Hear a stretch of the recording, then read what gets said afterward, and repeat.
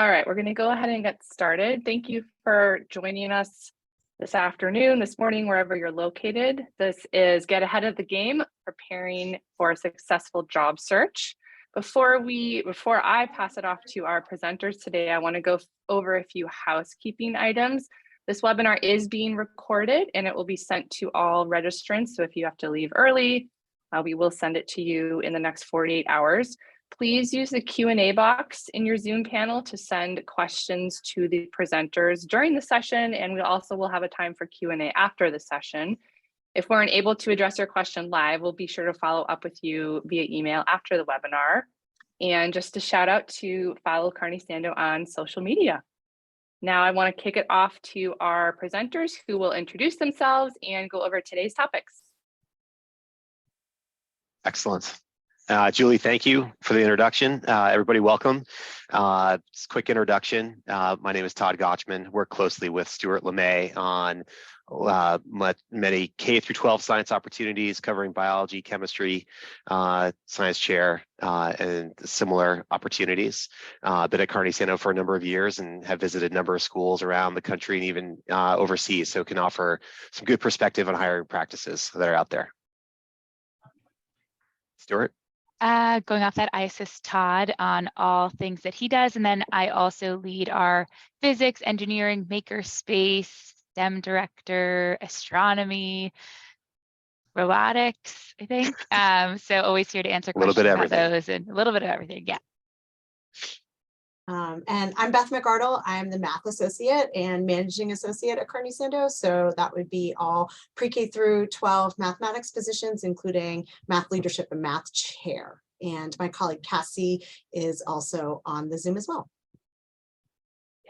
Hi folks, welcome today. My name is Scott Roy. I work in technology and computer science along with the STEM team here, covering innovation and these utility type positions. So looking forward to sharing some trends and themes with you and answering any questions you have today.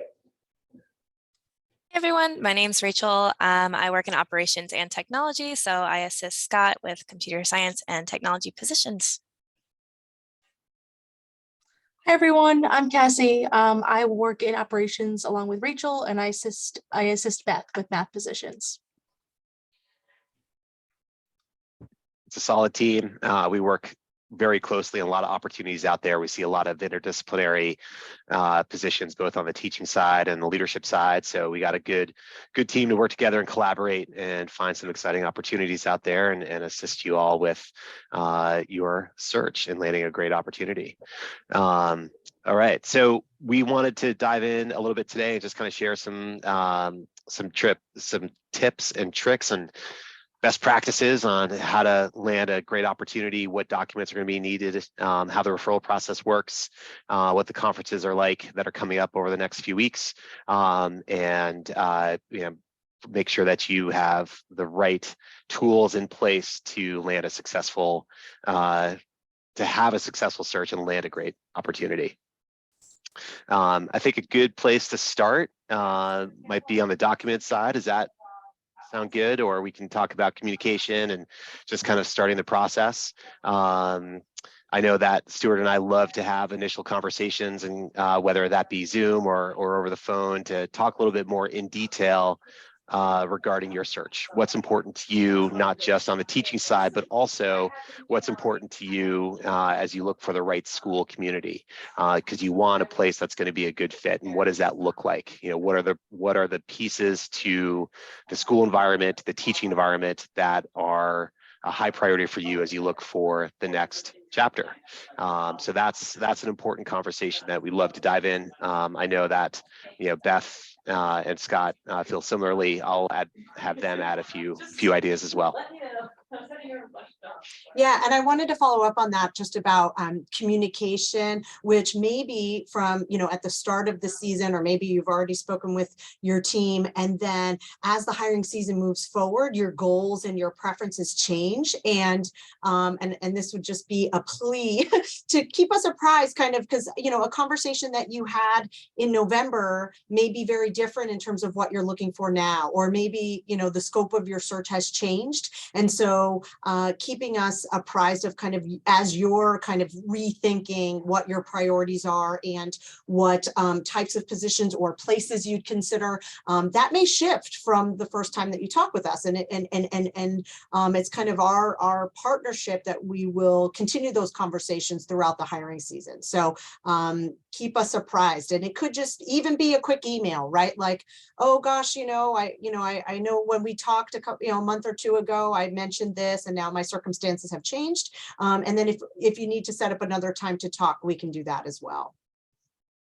I think also another thing is keep us updated throughout your search as well. If there's any schools you're really excited about or ones that you've talked to, we like to hear those throughout the year. And then also we do have relationships with all of our school contacts. So we can put in a great word for you or highlight something about you that makes you stand out. So keep us updated throughout your search too about those exciting opportunities that you've come across. Just to add what Stuart just said, it's important as you're conducting your job search using Carney Sandoe as a resource. Obviously, we're going to be in contact a lot. STEM is in demand and is exploding all over the country at most schools. And you may come across positions or opportunities or things that are happening outside of the work that we're doing with you. And oftentimes it's important for us to know that just so that we can adjust. And if we're something we're aware of, can campaign or advocate on your behalf. But the more we know what you're doing with us, and even on the outside, we can help get a full picture and make sure you land exactly what you're looking for.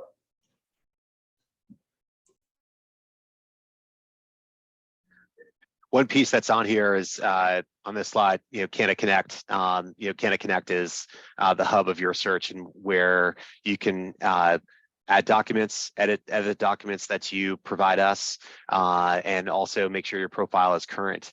It's something that I think at this time of year, since we are in the throes of the hiring and interview season for schools, it's essential that the data that's in there is up to date, and you have the ability to customize it as much as you want. You also have the ability to see what documents are in your file that do get submitted to schools, so to make sure that the information there is also current. The resume is an essential piece. The personal statement is one that I think more and more schools really value because it adds a little bit more personality, a little bit more depth to your candidacy. It shares a little bit about who you are as an educator and someone who's going to contribute to a school community. We get a number of questions regarding the personal statement and what it's all about. And some people look at it as a cover letter, right? It's not a cover letter, right? This is a document, we call it a personal statement because it is personal. It's about you. It's about how you can really add value, not just in the classroom, but also outside the classroom. So in addition to teaching chemistry, you can also run the robotics team after school, right? Schools love to know about the depth and the breadth of experience that you can bring into a community. I'm sure my colleagues have other.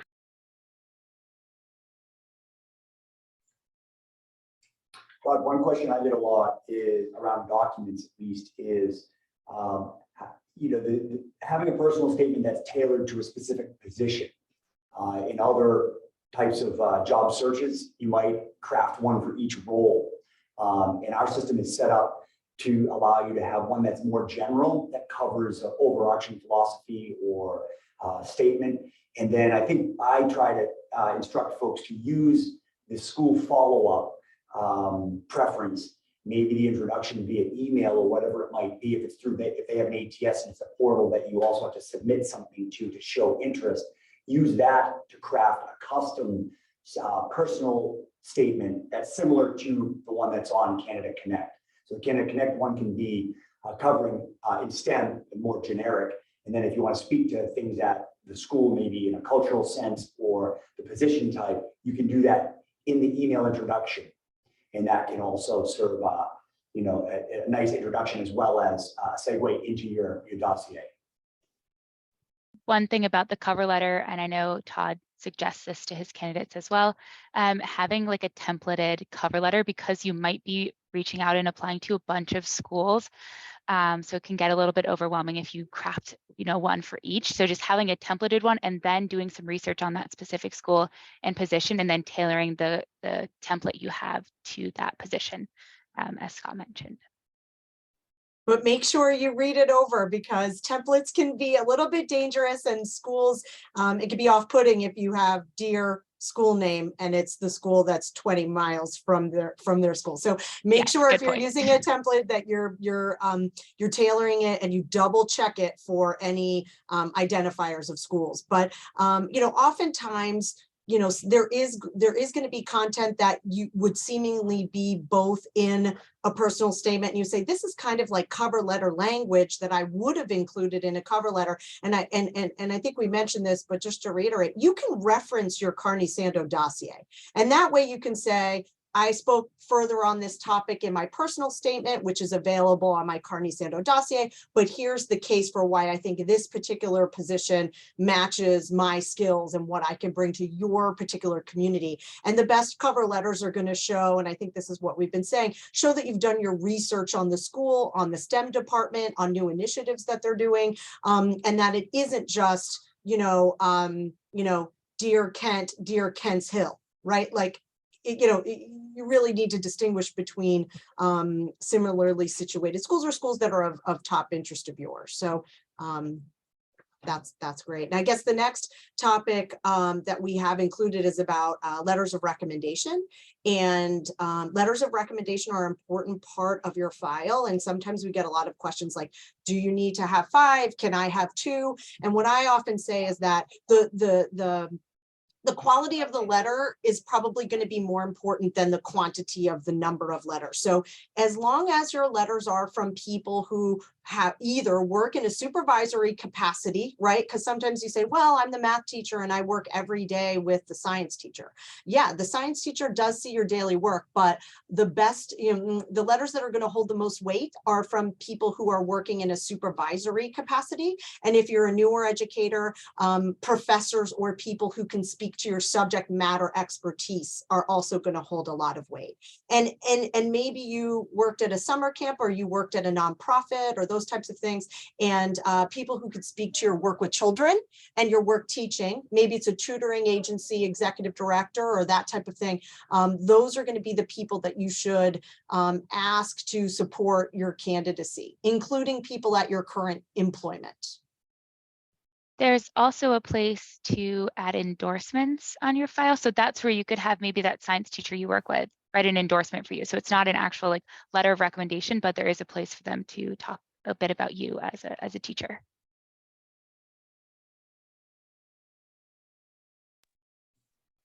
I guess one other thing about documents is on your Carney Sandoe profile where it says materials and documents, if you scroll to the end, there is a section for online profile. And what we mean by online profile are any URLs to videos, teaching demos. If you were helpful in crafting the STEM brochure for your school or you're involved in school publications, that's where you can upload those supportive links. Maybe you have a Teacher Weebly or you have your own website and your own YouTube channel, and any connections to those links are available. I believe you scroll to the bottom, it says online profile on the documents tab of your Candidate Connect account, and we encourage you to upload those, and those are published to schools as well.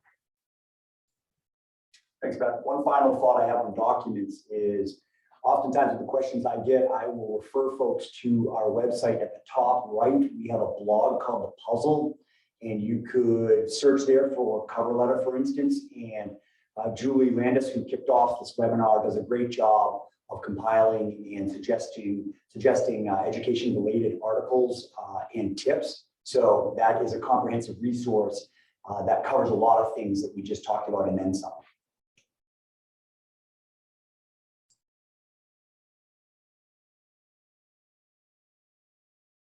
I was muted. Julie, Yeah, maybe we can move to referrals. Perfect. Oh, so Beth, you want to start? Sure. So partnering with us is, maybe you say, gosh, I went to Carney Sandoe's website and I don't see all the job listings, right?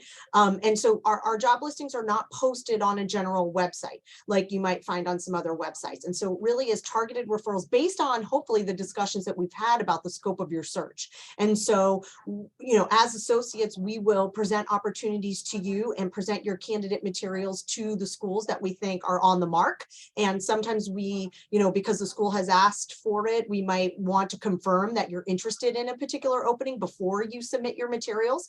That's at the top of your referrals tab where it says pending referrals.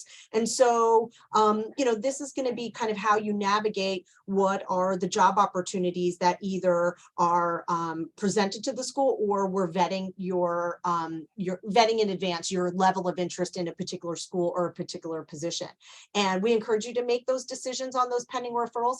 And if, let's say, it's February 3rd and you say, you know what, I know that school well, and I don't think I want to put my hat in the ring for that position, but time goes by and you rethink it, or maybe you learn something new that their STEM program is doing. You say, you know what, this is actually something I want to reconsider. You can elect to send your materials even after you've initially said this might not be something that you wanted to pursue. So you can use your referrals tab to manage which schools are seeing your dossier or not. And that's totally okay. I mean, I think my colleagues will say that too. Like sometimes people say, oh, is it okay if I, you know, if I decline at this time? And it's okay. We don't want to present your candidate file to a school that you definitely will not consider. So it's okay to make those decisions. And once we've presented, or once you click send materials, or once you have an active referral, then you could use those next steps for following up.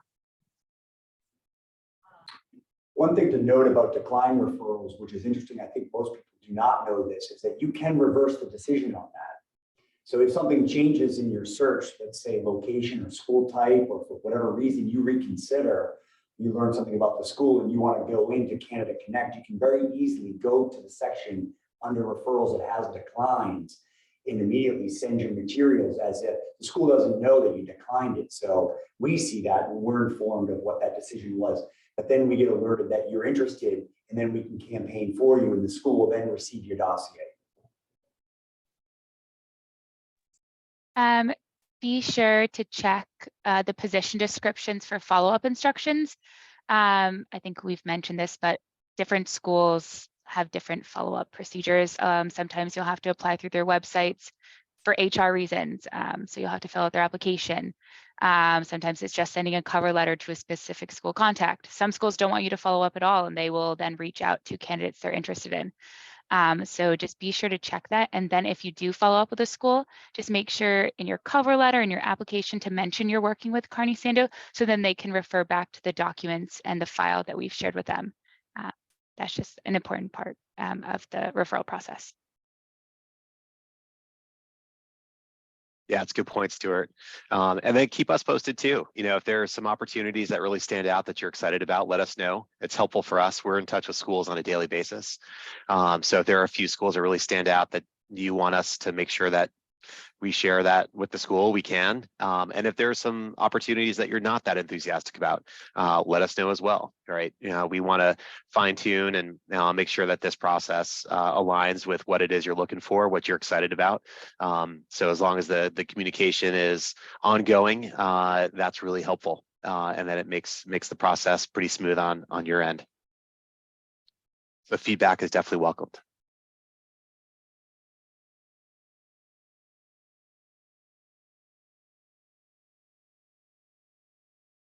All right, conferences.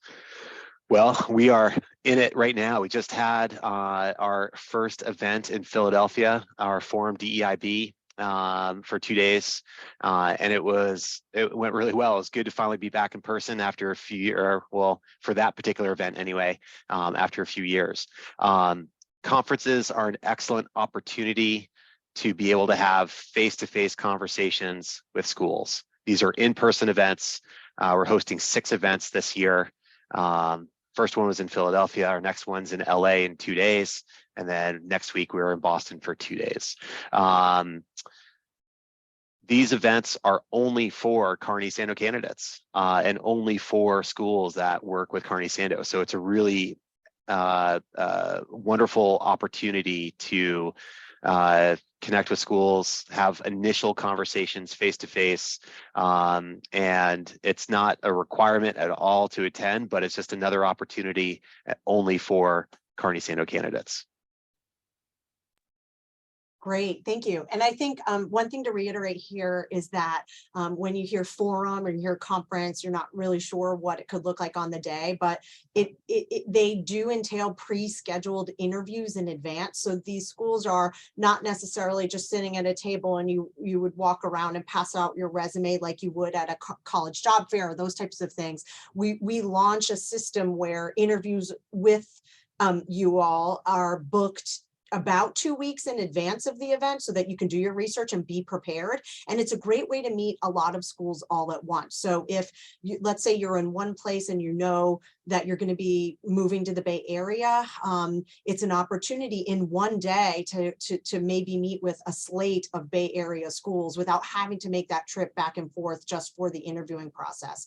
And it is with hiring contacts that are going to be decision makers about who's going to join their faculty. So it's really a wonderful networking opportunity that we do recommend. But like Todd said, if for one reason the date doesn't align or it's not in a city where you're looking, then, or it's not in a city where schools are attending that are going to be where you're moving to, that's okay. We can still move forward with the referral process.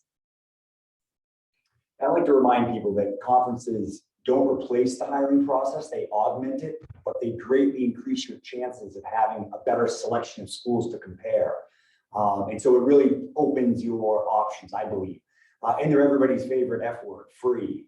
So if you can get there, I think it definitely benefits you, and there's no replacement for them, but it doesn't necessarily replace hiring that occurs at schools, the hiring process. One thing that does happen that's unique to conferences is there's oftentimes positions that we don't know about because maybe they're tentative or the school just hasn't gotten around to listing them officially with us. So there can be some action, some traction that occurs for candidates that are there. They're getting first looks before we even know about it. And we can tell because if the school starts looking at physics candidates but doesn't have a physics opening with us, it suggests there may be someone who's considering leaving or something they know about that we don't officially yet. So there's that first look that I think is an advantage, and a lot that shakes out of conferences results in campus visits and very defined follow-up steps. So it puts you ahead of the curve in terms of when schools are making their decisions. You'll be at the front of the list. I think also in addition to, hiring and whatnot, it's a really great networking event. So if you have like a dream school and they maybe don't have a position in your area, you can message them, be like, hi, like I'm really interested in your school. I would love to connect at the conference. That might initiate, a conversation there. So.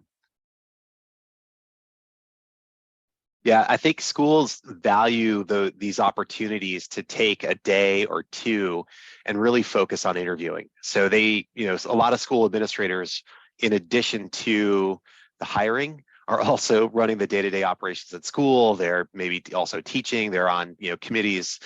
There's a lot going on in the day-to-day stuff in school. So hiring sometimes gets pushed to the side. So these hiring conferences, these forums that we host are tremendous opportunities for the school contacts to come in and really lock in and focus on interviewing for the day. It's efficient, it's effective for them, and it's also the same for you as you look for job opportunities to be able to take one day and be able to have potentially 5 to 10 interviews. And you're not going to be getting job offers, most likely, you never know, but these are really just opportunities to connect with schools, and for the school to then say, listen, I really enjoyed this conversation, let's bring you to campus and have you meet other folks. And so it's a really nice chance to make some good connections, and as Scott and Stuart were highlighting, those networking components are involved as well. So you can see the slide right now. You can see our 2023 hiring conferences, the 6 cities that we're going to be in. And right here we have the remaining events. So we have the 5 that are on there: February 3rd in LA, Boston February 10th and 11th, New York City March 3rd, Forum San Francisco March 17th, and then Forum DC, our last one, April 14th. Also, you get to meet us in person. That's kind of exciting. Maybe. Yeah, and I wanted to follow up too, just about the networking piece, that even if, let's say you have a meeting at a conference and for one reason or another, it doesn't pan out this hiring season, that's a contact with a school administrator from now until the end of time, right? So it could be maybe the next year they're working at a school, the hiring contact moves, and then they're at a school that you're better suited for or whatever. And then you could remember back to when you met at the hiring event, even if it doesn't necessarily pan out for this particular hiring season, that that networking can carry through multiple years and hiring seasons.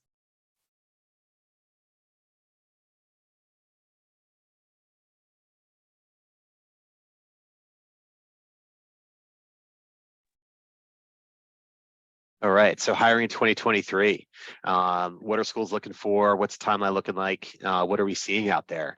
I think we can all of us that are working here on the team STEM at Carney Sandoe can say that we are starting to see an influx of opportunities on a national scale. Schools looking to staff up their STEM departments and looking for excellent talent. Yeah, I think the schools realize that education right now is going through a little bit of a challenging time, and the number of educators out there are not as robust as perhaps we were seeing on a national scale, maybe 10 years ago. So there's a really, I think, superb opportunity to find a school, a community that philosophically aligns with your style and approach as an educator and as a STEM educator. And it's, schools are in need of people who are committed to not just be in the classroom, but to immerse themselves in a school community. Excuse me. And I think that mindset is going to be essential for you to be successful in landing a place where you can really thrive as a teacher, thrive as a role model, and find a place where you can, really lay some roots in a school.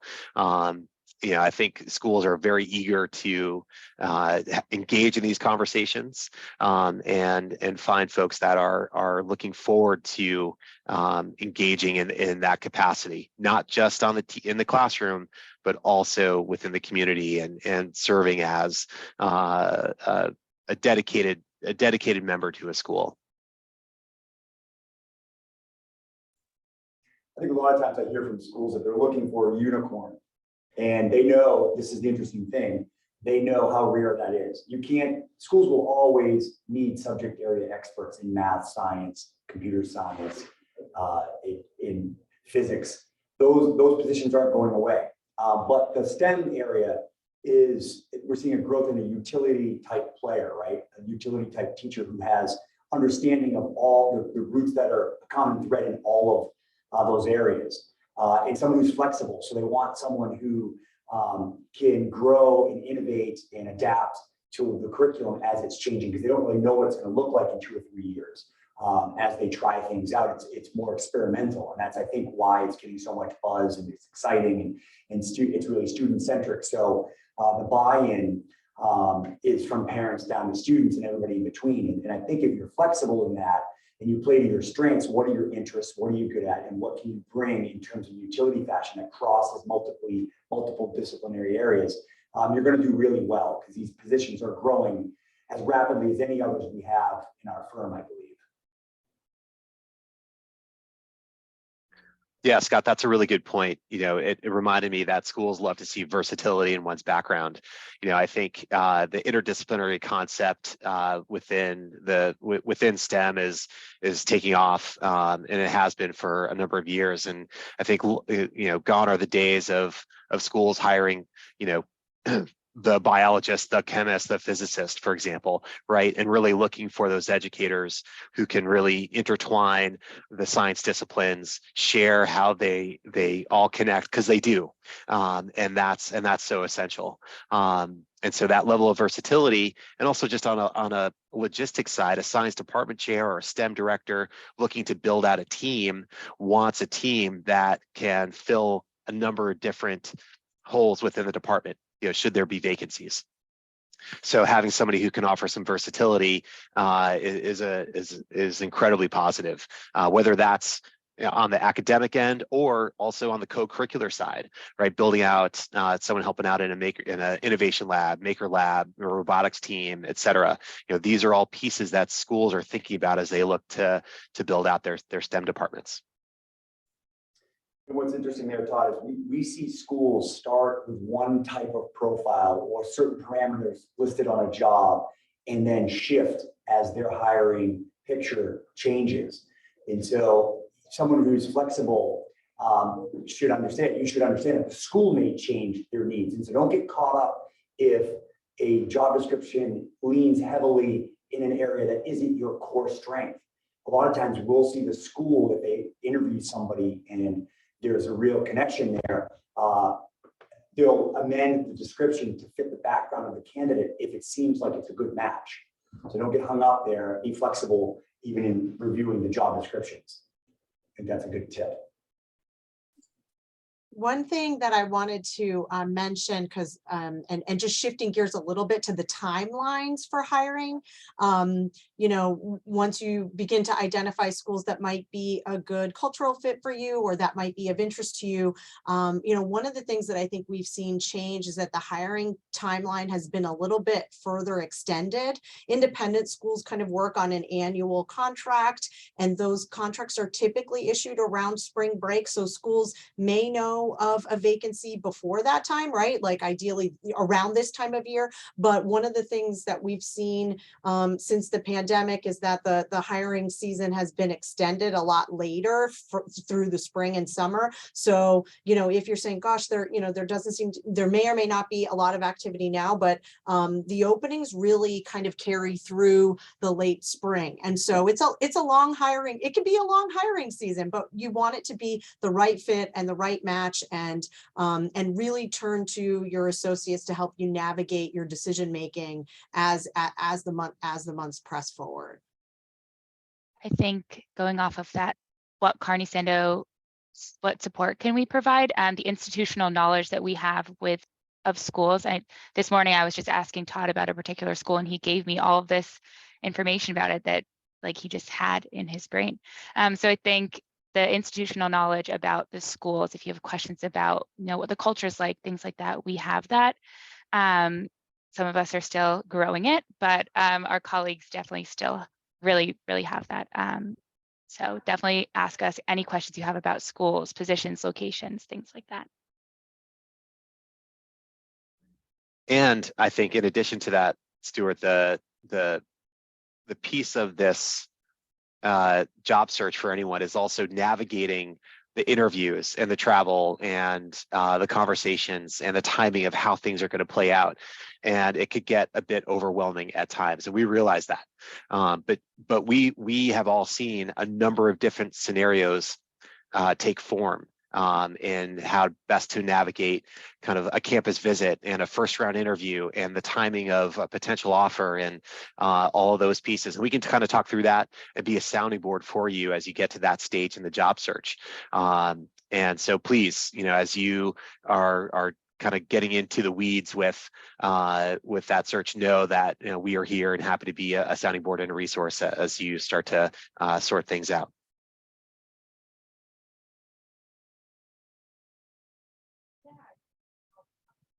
Wonderful. Okay, I think great. So thanks, Julie. We do have questions in the question and answer box and in the chat.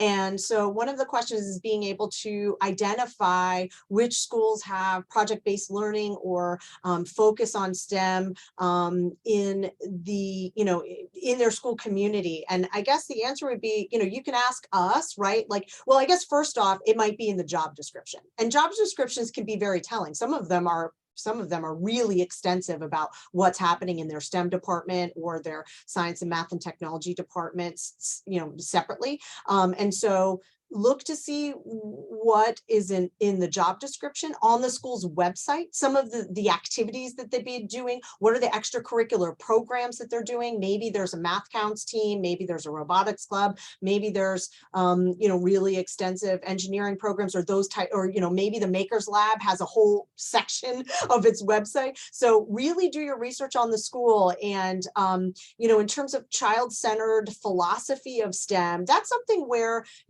through the interviewing process, certainly ask about that from your math chairs, the science chairs, the deans of faculty that you're interviewing with, so that they can explain to you, kind of the focus and priorities of what the STEM department's philosophy is. So be proactive in inquiring with schools when you're interviewing about what that looks like for the school community, and then what you can contribute to the STEM program as well. But as far as teaching philosophies are concerned, I think that's something that typically is going to be promoted by the school in all of its communications, its websites. At least on the math side, if the philosophies of art and problem solving and the growth mindset of Joe Bowler and Carol Dweck are mentioned, like that's a good signifier that that's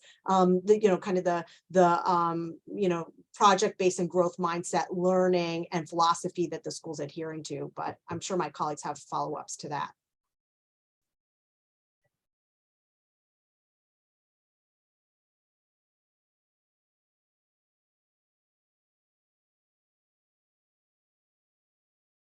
I think as a follow-up, that's something I was thinking about too, is that schools want to be able to speak to folks that have questions, right? That have done a little bit of due diligence, that are really interested, that are really intrigued, that are curious, and they want to hear questions. They want to talk to somebody who's really engaged and thoughtful about their own teaching practice, and how the school will be an appropriate fit.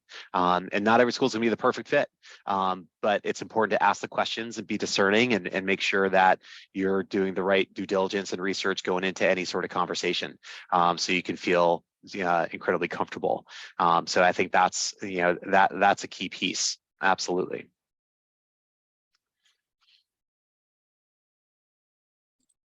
We have a question in the chat that I can offer all of you, which is, what is the best way for a candidate to present themselves if they've been in the private sector for the past several years? Maybe some tips on what to include in a personal statement or a cover letter or things like that.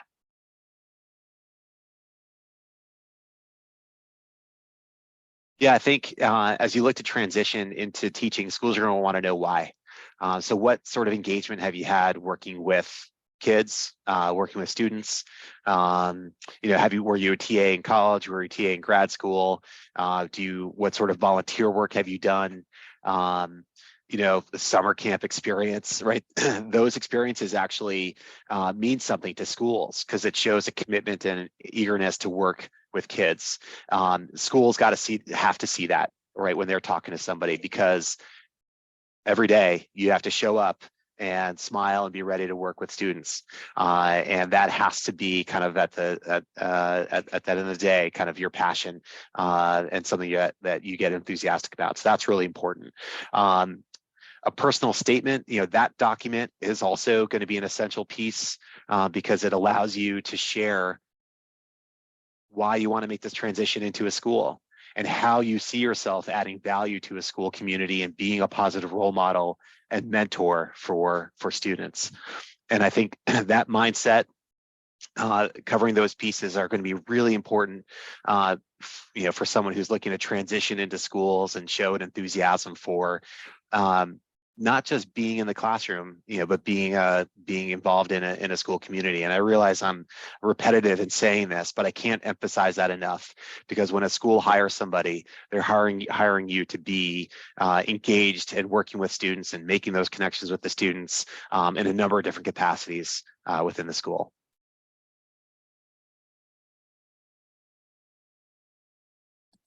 I also have some questions that were sent to us in advance. And this one is about a demo lesson. Do you have any tips for demo lessons or lessons that candidates might give virtually or in person as part of the interview process? I can start with that. I think when you reach the stage where a school's asking you for a demonstration lesson, I think one of the things that's really important is to make sure that you know and understand if there's going to be content that they give to you to present for the demonstration lesson. It might be the particular unit on that day when you're there for your interview day and they want you to cover particular content, and make sure you know what that is in advance. And if they didn't tell you what it is, you certainly can inquire if there's going to be prescribed content for you to cover. And if there isn't, and the school says, no, just come and bring your best unit, right, or bring your best content, then just make sure you're prepared. I think, you know, one of the things, at least for mathematics, is like, make sure the math is right, like just make sure it's right.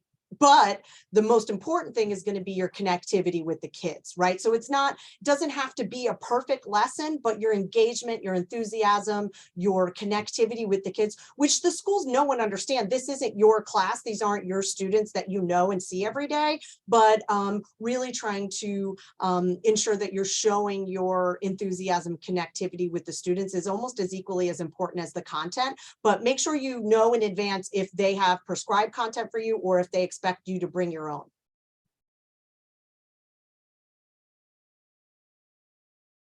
Thanks, Yeah, Beth. good point, Beth. One more thing, Julie, I was just going to add on to Beth's point.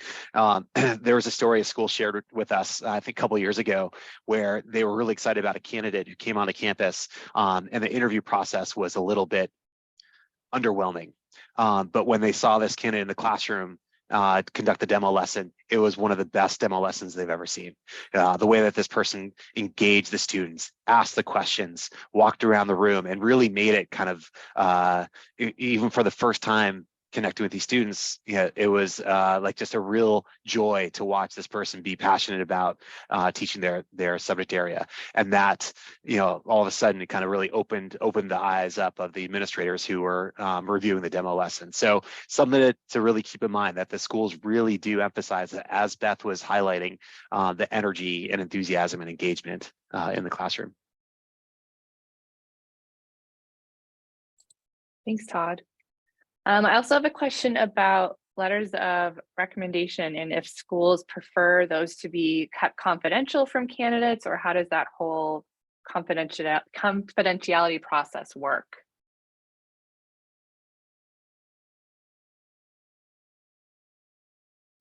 I can start.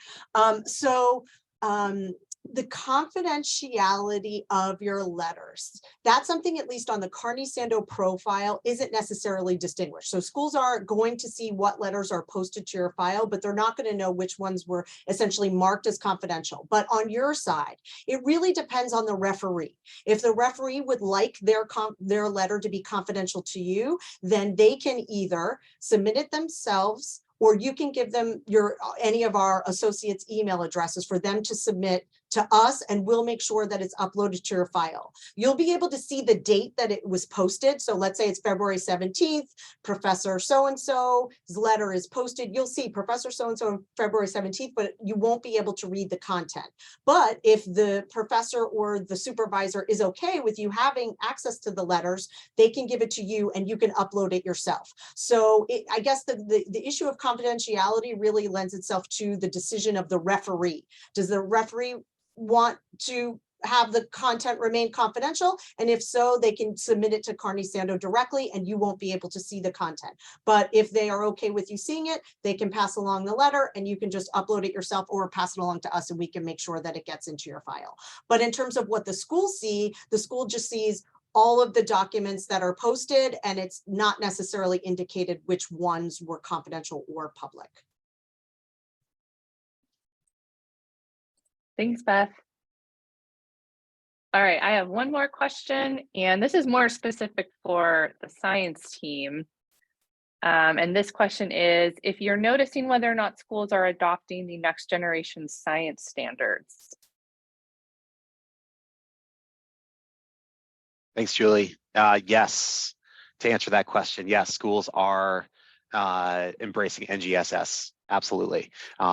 We see that in some position descriptions. I've definitely heard it from schools looking for candidates who have an understanding of NGSS. So it is definitely a concept that schools are embracing. Now, is it every school that we're working with? Not necessarily, but I think we've heard it from a number of schools on a national scale. It's not necessarily region specific. I think it just comes down to the specific schools, but it seems to be a pretty common practice among our client schools. Thanks, Todd. And maybe we have one more time, time for just one more. And this is related to how much to include on your resume in terms of if you have a long history of working a 20+ year career, how far back should you go in listing things on your resume?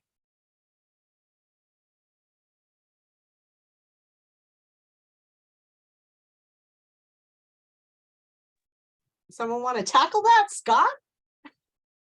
Are you the oldest? I don't know. So I'll take that. I mean, essentially, you know, your resume, you want to include all of your work experience that's most relevant, but you can, I think one way is if you feel like you've worked at a lot of places or you have a long career, is you can categorize things to save space. So one of the things about the resume is, you know, and in working with maybe people who are working at the college level or have a CV that's 15 pages or whatever.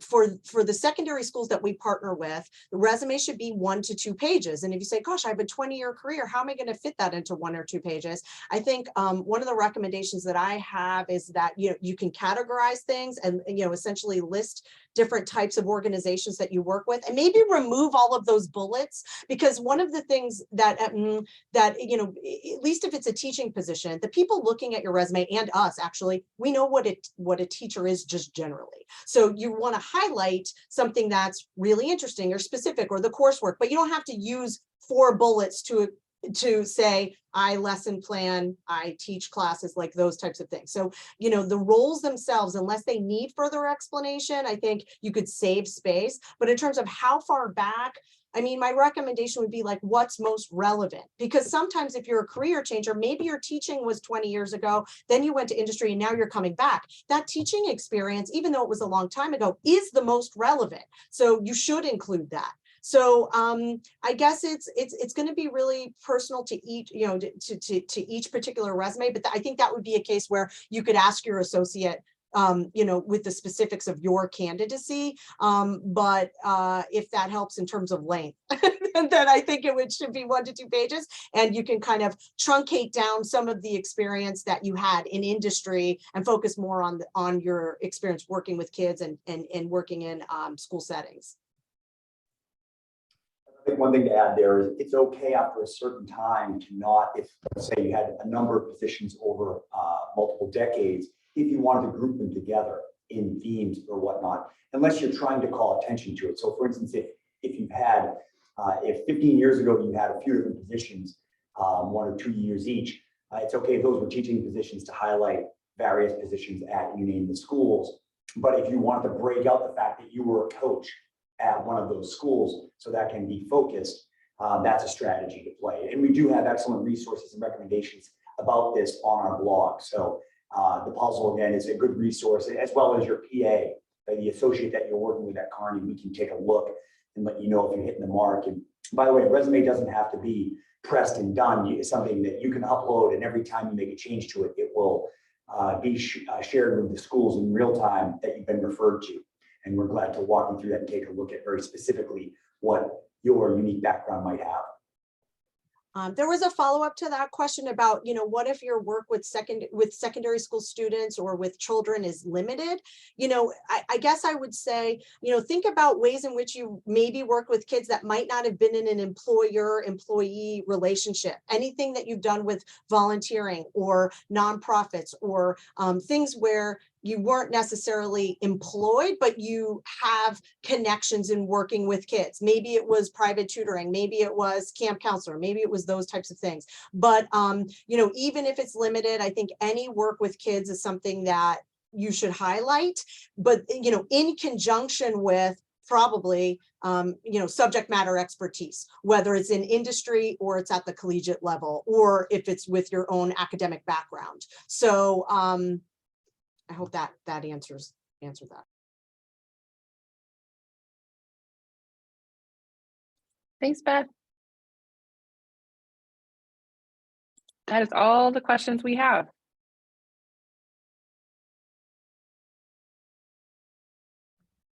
Excellent. Well, thanks to everybody for attending, and hopefully you found it helpful, and please be in touch, right? As other ideas, thoughts, questions, concerns arise as you go through this process, please know that we are all here to assist, to be a sounding board, a resource, and a proponent for your job search. Thanks so much. Thanks, Todd. Thanks, everyone. Conference.